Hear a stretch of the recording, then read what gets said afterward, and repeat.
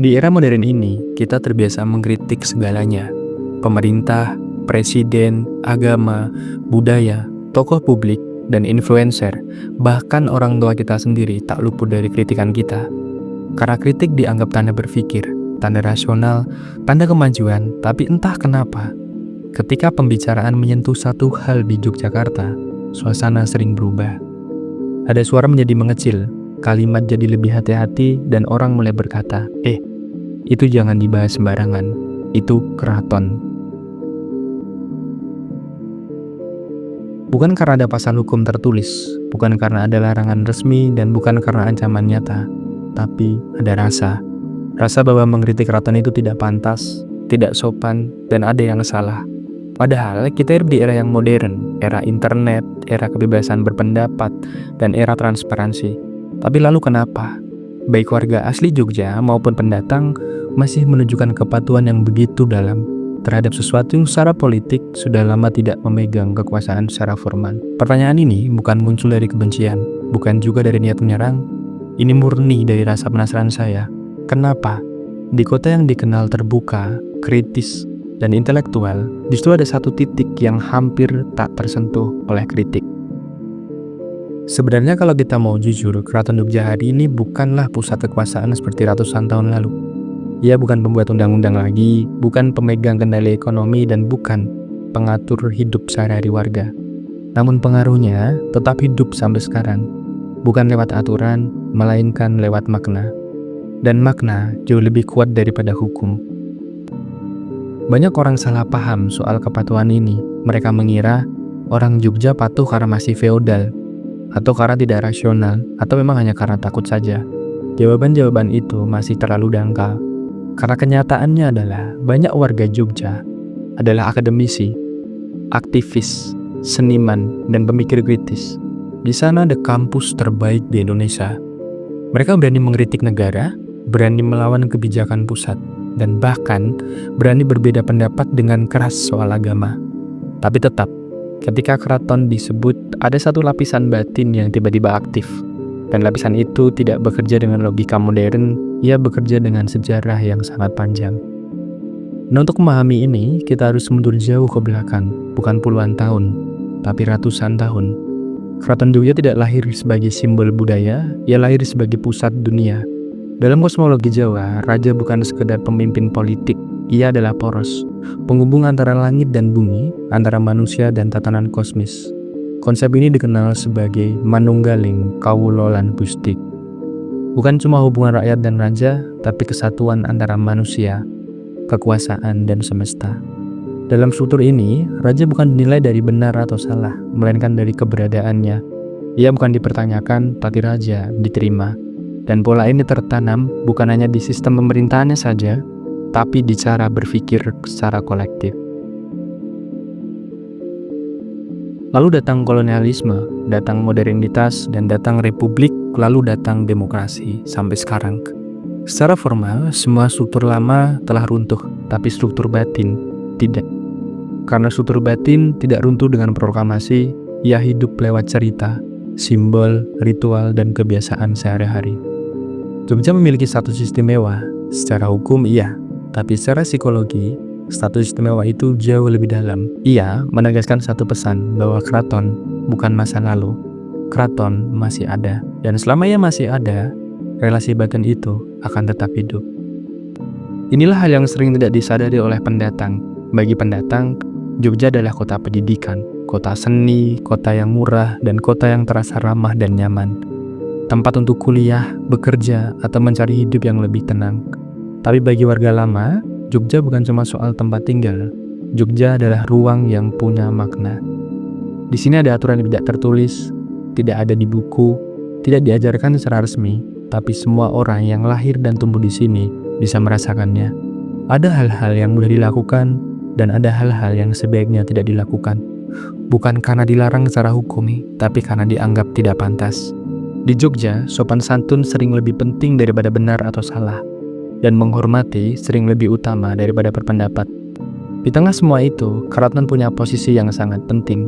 Bukan hanya sebagai bangunan bersejarah, bukan cuma sebagai tempat wisata. Bagi banyak warga Jogja, keraton adalah pusat keseimbangan. Ia dianggap sebagai penanda arah, penjaga keteraturan. Keraton mengajarkan satu hal yang sederhana, setiap orang punya tempatnya masing-masing. Karena itu, tidak semua hal dibicarakan secara terbuka, tidak semua kritik disampaikan dengan keras, dan tidak semua perbedaan ditunjukkan di depan umum. Bagi pendatang, cara hidup ini kadang terasa membingungkan. Jogja terlihat bebas, tapi sekaligus terasa ada batas. Ramah memang, tapi tidak sepenuhnya terbuka. Dan batas itu jarang dijelaskan dengan kata-kata. Ia hanya terasa ketika dilanggar. Inilah sebabnya kenapa kritik terhadap keraton sering terasa sensitif. Bukan karena warga Jogja anti kritik, melainkan karena bagi banyak orang, keraton bukan sekedar institusi. Ia adalah bagian dari cara hidup. Dan selama keraton masih menjaga pusat makna itu, Jogja tidak pernah benar-benar netral. Ia selalu punya arah. Dan arah itu lebih mudah dipahami oleh mereka yang lahir dan tumbuh di dalamnya. Maka ketika seseorang mengkritik keraton secara frontal, yang terganggu bukan logika politik. Yang terganggu adalah rasa keseimbangan dan aman.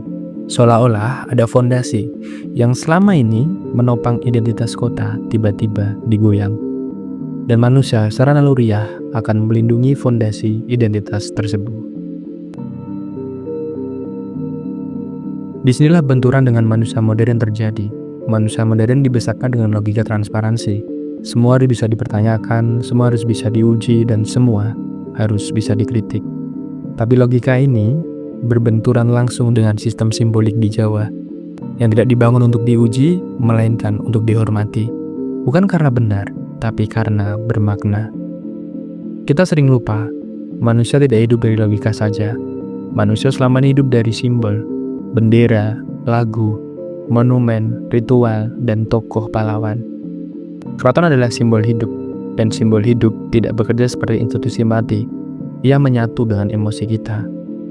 Ada contoh konkret yang sering terjadi ketika isu tanah muncul, ketika ada kebijakan keraton yang dipertanyakan, dan ketika muncul konflik secara internal, reaksi publik sering terpecah. Bukan antara pro dan kontra rasional, melainkan antara yang pantas dibicarakan dan yang sebaiknya tidak. Kalimat yang sering muncul, boleh dikritik, tapi jangan kurang ajar. Boleh ditanya, tapi harus tahu diri, dan ini bukan tempatmu. Ini bukan argumen, ini sinyal sosial. Sinyal bahwa kamu sedang menyentuh wilayah yang sangat sakral. Menariknya, rasa sakral ini tidak selalu disadari secara sadar sebenarnya. Banyak orang yang tidak bisa menjelaskan kenapa mereka tetap patuh. Mereka hanya merasakan itu. Dan rasa dalam psikologi sosial sering lebih kuat dari argumen. Disinilah keraton Jogja unik. Ia tidak mempertahankan kekuasaan dengan kekerasan, tidak dengan sensor, dan tidak dengan ancaman. Ia mempertahankan kekuasaan dengan keheningan simbolik. Semakin sedikit ia berbicara, semakin besar orangnya. Dan semakin jarang ia menjelaskan, semakin sulit juga ia disentuh. Dan ini sangat bertentangan dengan budaya digital hari ini. Di era media sosial, semua harus cepat, semua harus dijelaskan, dan semua harus ditanggapi. Keraton tidak bermain di arena itu. Ia tetap berjalan dengan ritmenya sendiri, dan justru karena itu, ia terasa lebih tua, lebih dalam, dan lebih kebal kritik. Namun pertanyaannya sekarang adalah, apakah ini baik atau malah bermasalah? Jawabannya tidak hitam putih. Di satu sisi, kepatuhan ini menjaga stabilitas budaya, menjaga identitas lokal, dan menjaga kontinuitas sejarah. Namun di sisi lain, ia bisa menutup ruang kritik, membuat kekuasaan yang simbolik dan tidak pernah benar-benar diuji. Dan disinilah kegelisahan modern mulai muncul. Banyak anak muda di Jogja hari ini hidup di dua dunia. Sabi dunia rasional, hidup di kampus, internet, dan wacana global. Di satu sisi lain, warga Jogja hidup di satu dunia yang simbolik, keluarga, tradisi, dan rasa hormat yang tak tertulis. Mereka belajar berpikir kritis, tapi juga diajari untuk ngajeni.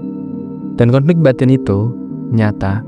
Ketika mereka bertanya kenapa tidak boleh dikritik, yang mereka hadapi bukan argumen sebenarnya, melainkan tembok rasa.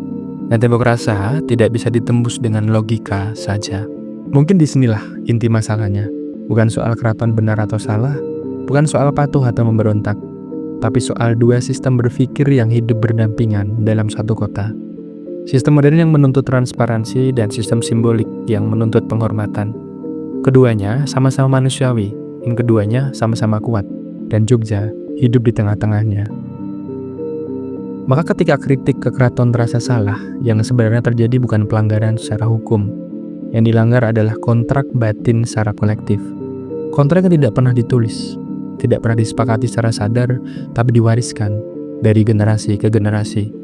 Dan mungkin pertanyaan yang lebih jujur bukan lagi kenapa orang masih patuh pada keraton, tapi apakah kita benar-benar siap hidup tanpa simbol yang selama ini memberi rasa stabil pada dunia kita. Karena simbol, sekuat apapun kita mengakui rasional, adalah penyangga batin manusia. Dan ketika simbol digoyang, yang goyah bukan hanya institusi, tapi identitas. Dan yang mungkin membuat kita tidak nyaman bukan karena keraton terlalu sakral, tapi karena dunia modern tidak memberi kita pengganti makna yang sama kuatnya. Dan Jogja, dengan segala keheningan keratonnya, sedang memperlihatkan satu hal yang jujur, bahwa manusia modern masih sangat bergantung pada hal-hal yang tidak bisa sepenuhnya dijelaskan. Dan mungkin itulah yang sebenarnya sedang kita hadapi. Bukan konflik politik, bukan konflik budaya, tapi konflik antara logika dan rasa. Aneh memang, tapi itu Keraton Yogyakarta.